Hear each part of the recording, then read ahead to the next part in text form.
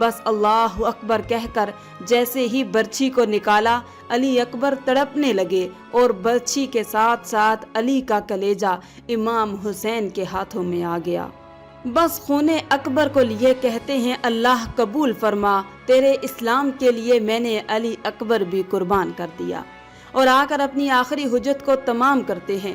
فوج یزید کے سامنے کہتے ہیں حل من ناصر ینصرنا، ہے کوئی اس پوری دنیا میں غریب حسین کی مدد کرنے والا؟ بس سوئے ہوئے لوگوں کے ضمیر سوئے رہے۔ لیکن ایک 6 ماہ کا علی اصغر اپنے آپ کو اپنی ماں کی گود سے گرا کر کہتا ہے کہ مجھے بھی میدان میں لے چلو، میں بھی اپنے بابا حسین کے قدموں میں قربان ہوں گا۔ بس امام حسین کو بی بی رباب نے علی اصغر دیا اور کہا اے میرے آقا، یہ سوتا نہیں، اسے پانی پلاؤ۔ امام حسین اپنے 6 ماہ کے اصغر کو لیے میدان میں آتے ہیں اور کہتے ہیں اے لوگو، اگر تمہاری جنگ ہے تو میرے نانا کی دین سے ہے، اگر تمہاری نفرت ہے تو میرے بابا علی سے ہے، مجھ سے ہے۔ اس 6 ماہ کے بچے کا کیا قصور ہے؟ 3 دن سے پانی نہ پینے کی وجہ سے اس کی ماں کا دودھ خشک ہو گیا ہے، بس چند قطرے اسے پانی پلا دو۔ کسی ظالم نے کہا کہ اصغر اگر خود پانی مانگے گا تو ہم اس کو پانی پلائیں گے۔ بس جیسے ہی امام حسین نے کہا اصغر بیٹا پانی مانگو، یہ سننا تھا، عمر بن سعد نے کہا ہرملہ جلدی اصغر کا نشانہ لے اور جلدی سے اس کا کام تمام کر دے، یہ آل رسول ہیں، اس میں کوئی شک نہیں کہ آج اصغر پانی مانگ لے گا۔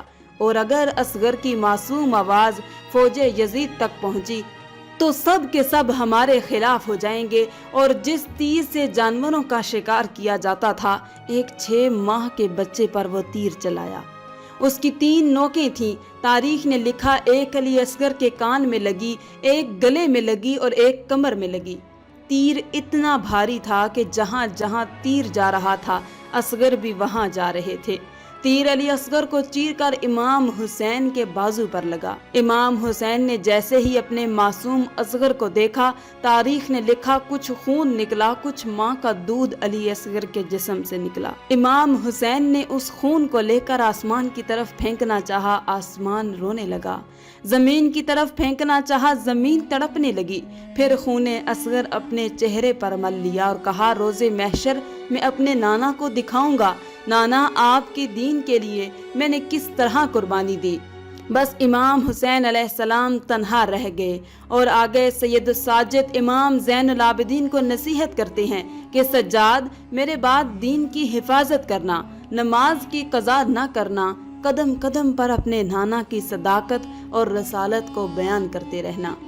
اپنی بہنوں سے الوداع کہہ کر میدان میں آتے ہیں اور لا الہ الا اللہ محمد الرسول اللہ کی صدا کو بلند کرتے ہیں۔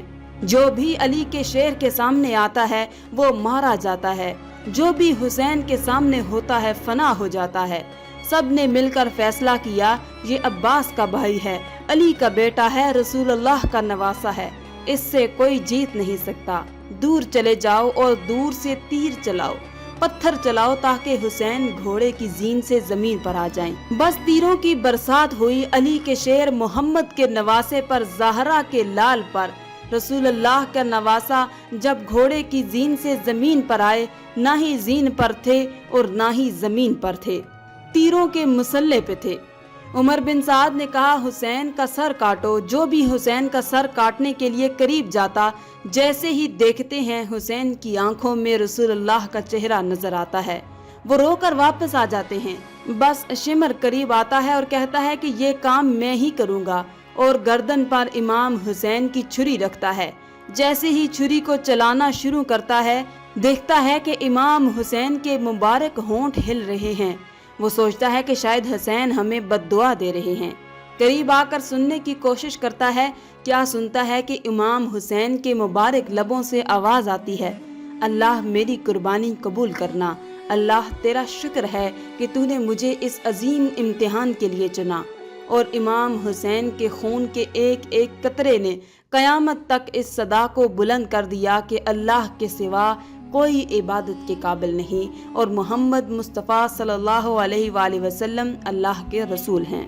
بعد حسین خیام جلائے گئے، امام حسین کی بہنوں کو قید کیا گیا، بازاروں میں پھرایا گیا، پتھر مارے گئے، لیکن امام حسین کا کٹا ہوا سر نیزے پر سوار ہو کر بھی قرآن کی تلاوت سناتے گئے اور دنیا کو بتاتے گئے کہ دین حق کیا ہے۔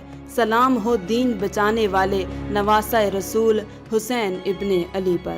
آج کی اس ویڈیو میں تھا بس اتنا ہی۔ مزید اسلامی ویڈیوز حاصل کرنے کے لیے اللہ کی شان چینل کو سبسکرائب کر دیں اور ساتھ میں موجود بیل کے آئیکن کو دبا کر آل پر کلک کر دیں۔ شکریہ۔